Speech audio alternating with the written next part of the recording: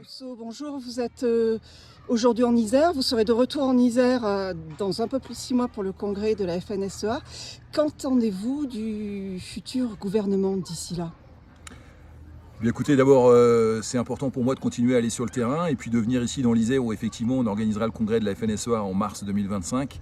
C'était aussi pour moi une manière de prendre un peu la température de ce territoire, qui est un territoire à l'image de la France très, très divers, avec ici en montagne des sujets autour des alpages, de la prédation, de l'eau.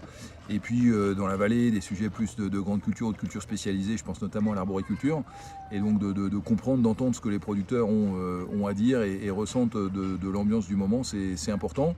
Bon, vous l'avez compris, hein, depuis le mois de novembre et les manifestations de janvier-février, on avait des revendications fortes qui concernaient la dignité et le sens du métier, qui concernaient évidemment nos revenus et la compétitivité de nos fermes. Et puis la facilité d'exercice du métier, parce qu'aujourd'hui c'est beaucoup trop de paperasserie, beaucoup trop d'administratif, trop de contrôle. Et c'est ça qu'on a dénoncé. On avait un début de travail qui s'est mis en œuvre avec un certain nombre de décrets. Je pense notamment à ce qui s'est fait sur le GNR ou sur le stockage d'eau en zone humide, mais bien en deçà de nos espérances. Et puis la loi, cette fameuse loi d'orientation agricole, a été suspendue suite à la décision de dissolution du président de la République. Et au moment où je vous parle, on ne sait pas ce qu'elle deviendra.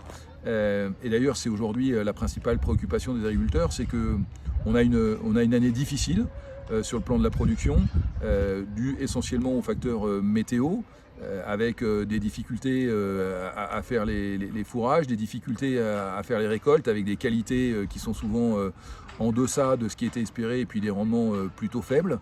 Et à cette difficulté très conjoncturelle s'ajoute cette difficulté politique inédite, hein, pas de gouvernement, pas d'interlocuteur, un gouvernement démissionnaire, pas d'indication sur le prochain gouvernement, le Premier ministre, le ministre de l'Agriculture. Donc une forme d'incertitude qui s'ajoute aux aspects de la difficulté annuelle, et puis surtout pas de vision de long terme. Et donc pour répondre à votre question, où on sera dans 6 mois lors du congrès de la FNSEA à Grenoble, je suis incapable de le dire. Pour moi, l'ambition reste la même. C'est réaffirmer que la souveraineté agricole, c'est une carte maîtresse dans les mains de notre pays, et que pour la défendre, on a besoin de redonner des perspectives de long terme. C'est tout l'objet de la loi, mais on a aussi besoin de faciliter la vie des paysans au quotidien, et ça c'est tout le réglementaire. On n'est pas du tout au niveau où on voulait être. On a encore beaucoup de progrès à faire. Notamment, on attendait cet été un décret sur le contrôle administratif unique annoncé par le Premier ministre. On n'y est toujours pas. Et donc, vous voyez qu'on a encore beaucoup de combats à mener.